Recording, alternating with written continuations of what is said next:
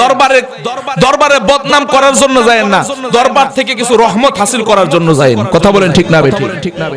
ভালো নিয়ত নিয়ে যায়েন, দেখবেন ইনশাআল্লাহ সেখানে গেলে হৃদয় শীতল হয়ে যাবে, ঠান্ডা হয়ে যাবে, মুর্শিদের প্রতি একটা প্রেম, আল্লাহ রাসূলের প্রেম কলবে পয়দা হবে। কথা বলেন ঠিক না বেঠিক? এবার ডাক দিয়ে বলতেছে, এখন তুমি দেখোনি? কো না হুজুর আমি দেখি না। কো দেখো না? কয় না। কো আবার চক্ষু বন্ধ করো, আবার আঙ্গুল রাখছে। কো এখন দেখোনি? কো হুজুর আমি দেখতাছি। কই তুমি আবার চক্ষু খোলো, এখন দেখোনি? কো হুজুর আমি দেখি না। আল্লাহু আকবার বলেন। এবার ডাক দিয়ে বলে, হুজুর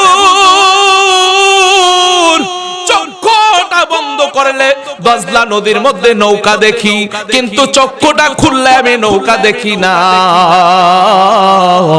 এবার পীর সাহেব ওই জুনাইদ বাগদাদি ডাক দিয়া বলে, ও মুরিদ, ও মুরিদ, কারণ তুমি এখনো পর্যন্ত আমি আল্লাহর ওই আমার আল্লাহর ওই নৈকট্য বান্দা এখনো তুমি হতে পারো নাই।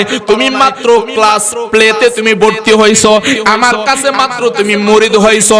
এখনো পর্যন্ত আমার কাছ থেকে সবক নিয়া ইবাদত বندگی করতে করতে এখনো পর্যন্ত তুমি বেলায়েত অর্জন করতে পারো নাই।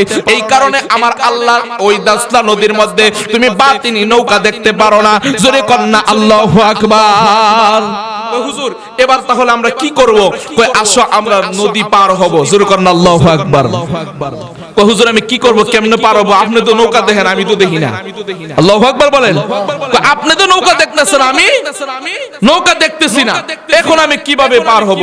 কই আমি তোমারে একটা শিখায়া দেই, একটা কথা। তুমি যখন দজলা নদীর পানির মধ্যে পা রাখবা,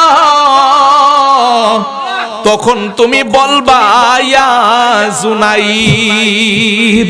আল্লাহু আকবার। তখন তুমি বলবা ইয়া জুনাইদ। কি বলবা? ইয়া জুনাইদ। কয় ঠিক আছে হুজুর আমি ইয়া জুনাইদ বলবো। কয় আমি বলবো আল্লাহ আল্লাহ, তুমি বলবা ইয়া জুনাইদ। আল্লাহু আকবার। আবার এটা মনে করেন না যে আল্লাহরে ডাকতে না করছেন, না, এটা হচ্ছে একটা মাধ্যম। ওই যে আল্লাহ বলছে ইয়া আইয়ুহাল্লাযিনা আমানুত্তাকুল্লাহা ওয়াবতাগু ইলাইহিল ওয়াসিলা, এই ওসিলার রশি আল্লাহর ওলির ওসিলা দিয়ে আপনি নৌকা পাড়ি দিতে হবে। কথা বলেন ঠিক না বেঠিক? এই ওসিলা আয়াতটা এখানে, এটা আপনাকে মানতে হবে।